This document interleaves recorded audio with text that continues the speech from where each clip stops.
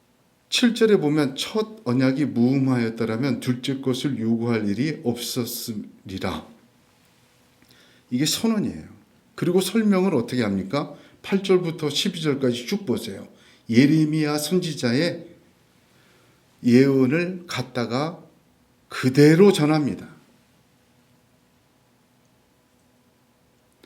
바울이 시인들이 말하는 것을 쉽게 설명하지 못해서 이렇게 예레미야서를 인용해서 말하는 것 아닙니다.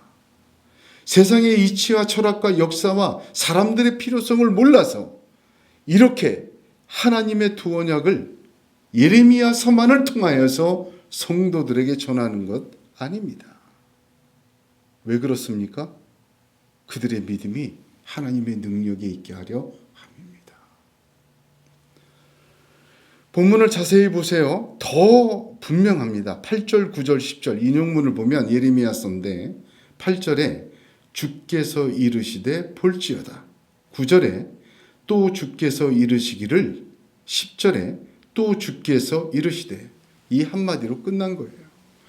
여러분 이 바울의 설교에는 바울의 전함에는 아주 굉장한 신앙 고백이 들어 있습니다. 자기 자신의 생각과 판단과 이해를 다 배설물로 여기고 주께서 이르시되 여기에 소망을 걸고 있는 거예요. 주께서 이르신 것에만 소망을 걸고 있는 거예요. 3번이나 반복이 되어 있습니다. 바울 사도를 통하여 성령님은 그들의 믿음을 하나님의 감동으로 채워지기를 소망하는 것입니다. 오직 하나님의 말씀과 능력만이 어두움에서 그 고통에서 그 고난에서 그들을 건질 수 있는 유일한 능력과 소망이 이미 고백되어진 모습입니다. 오직 하나님만이, 오직 하나님의 말씀만이, 주께서 이르신 것만이 그 모든 혼란과 고난과 고통과 아픔 속에서 그들을 세울 수 있다는 믿음의 고백이요, 또한 경험이요, 두 번째 결단인 것입니다. 저와 여러분이 들어야 될 것은 여러분 쉽게 들으려고 생각하지 마세요. 성경이 어려운데 왜 쉽게 들어요? 그대로 들으세요. 내가 이해 못해도 괜찮습니다. 지금은 감동이 안 돼도 괜찮습니다. 하나님의 말씀은 씨앗과 같아서 언제 싹이 날지 모르고 하나님의 말씀은 능력이 있어서 사람의 생각과 전혀 다른 하나님의 능력과 역사로 반드시 이루어질 줄로 믿으시길 바랍니다. 우리의 믿음이 이해하고 또한 간단히 감동하고 간단히 위로받는 것을 뛰어넘어서 하나님의 지혜로 세워져가는 하나님의 집이 되시기를 주님의 이름으로 축복합니다. 건물을 지으려면 지붕부터 세우는 사람 없잖아요. 기초를 잘 다지고 뼈대를 세우고 지붕을 얹고 내부 인테리어를 합니다. 너희도 성령 안에서 하나님의 거하실 처소가 되기 위하여 예수 안에서 함께 지어져 가느니라 하였습니다. 그리스도 예수가 우리의 반석이 되시고 그 위에 뼈대는 두 언약입니다. 지붕이란 하늘나라의 소망과 영생과 천국입니다. 그 안에 인테리어란 그 안에 모든 그 집을 채워져가는 하나님의 풍성, 성령의 은사와 감동과 역사와 능력으로 채워지는 것입니다. 하나님께서 두 언약의 말씀을 저와 여러분에게 주셨습니다. 내가 듣고 싶은 것이 아니라 하나님이 먹이고 싶어 하시는 것입니다. 우리가 이해하는 것이 아니라 믿고 따라야 할 것입니다. 사람의 지혜에 있지 아니하고 하나님의 능력에 있는 믿음으로 세워져가는 저와 여러분에게를 간절히 소원합니다. 주께서 이르시되 주님의 말씀만이 우리의 참 소망이요 또한 참 방법이요 또한 참 고백임을 함께 고백하는 저와 여러분이 되기를 예수님의 이름으로 축복합니다. 기도하겠습니다.